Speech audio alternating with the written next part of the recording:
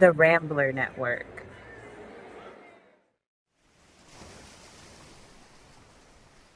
Welcome to the Pacific Coast, where the vast and serene holds more secrets than you could ever imagine. From ghost ships adrift in the fog to unsolved disappearances, we explore the mysteries that lurk along the shore. Join us as we unravel the enigmas that are oddly Pacific.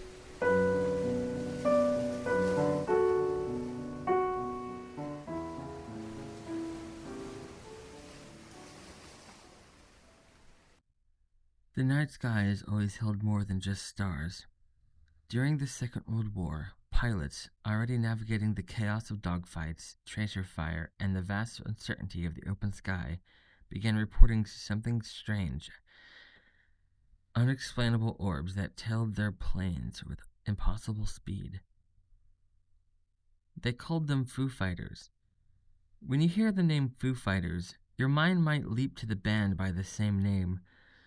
But decades before the music, the term carried a different meaning. The name wasn't scientific. It came from the slang of the time. Foo was a nonsense word borrowed from a popular comic strip called Smokey Stover, where the catchphrase was, "Where there's foo, there's fire." To the pilots, these blazing orbs that danced around their planes seemed like fire without smoke, light without source. So the nickname stuck. Foo Fighters. What began as whispers among airmen would escalate, culminating in the U.S. West Coast in 1942. An event still debated to this day. The night the city of Los Angeles turned its weapons upward and fired on something they could not understand. Reports first surfaced over Europe. Allied pilots flying bombing runs over Germany began describing fiery spheres pacing their aircraft. Some darted and danced like fireflies. Others hovered silently, glowing red, orange, or white, as if studying the planes.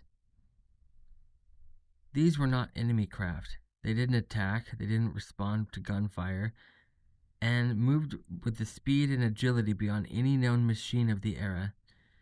Some assumed they were secret German weapons. Others swore they were otherworldly.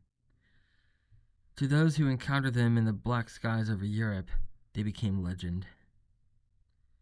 But the Pacific was not exempt. Pilots there, too, described luminous objects shadowing their missions.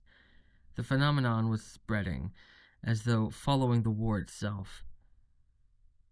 By 1942, America had just entered the conflict. The attack on Pearl Harbor was fresh in memory. Every coast, every harbor, was on high alert. Fear of another strike, this time on the mainland, was constant. In the shadow of that fear, Los Angeles braced for the unthinkable. In the early morning hours of February 25th, 1942, just after 2 a.m., air raid sirens wailed across Los Angeles. Residents scrambled from their beds as searchlights carved through the darkness, locking onto a shape moving high above the city. Anti-aircraft guns thundered. For over an hour, the night sky was alive with chaos, tracers streaking upward, explosions echoing across neighborhoods, shell fragments raining down on homes and streets. Witnesses described glowing objects drifting through the beams of light, refusing to fall despite the storm of firepower directed at them. Was it Japanese bombers? A weather balloon? Was it something else? By dawn, nothing had been brought down. No wreckage recovered. The Army called it a false alarm. The newspapers dubbed it the Battle of Los Angeles. 5 civilians were dead, not from enemy attack, but from car accidents, heart failure, and falling shrapnel during the chaos.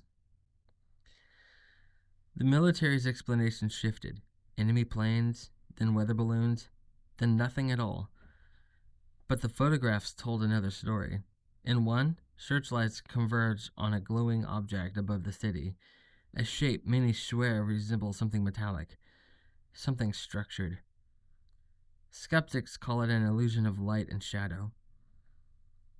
Decades later, the question remains. What did Los Angeles unleash its fury upon that night? Foo Fighters began as lights in the skies of war, unsettling, unknowable, immune to human weapons. And on one night in 1942, the paranoia of war turned a city into a battlefield against the unknown. What exactly drifted above Los Angeles remains a mystery. An illusion of war nerves, or something far older, far stranger than human conflict.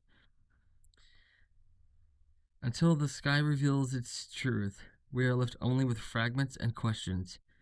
Questions that are oddly Pacific.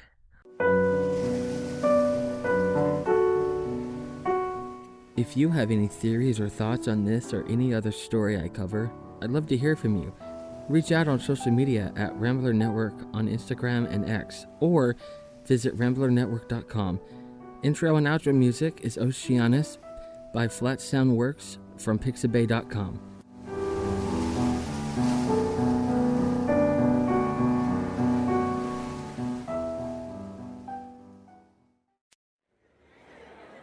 The Rambler Network.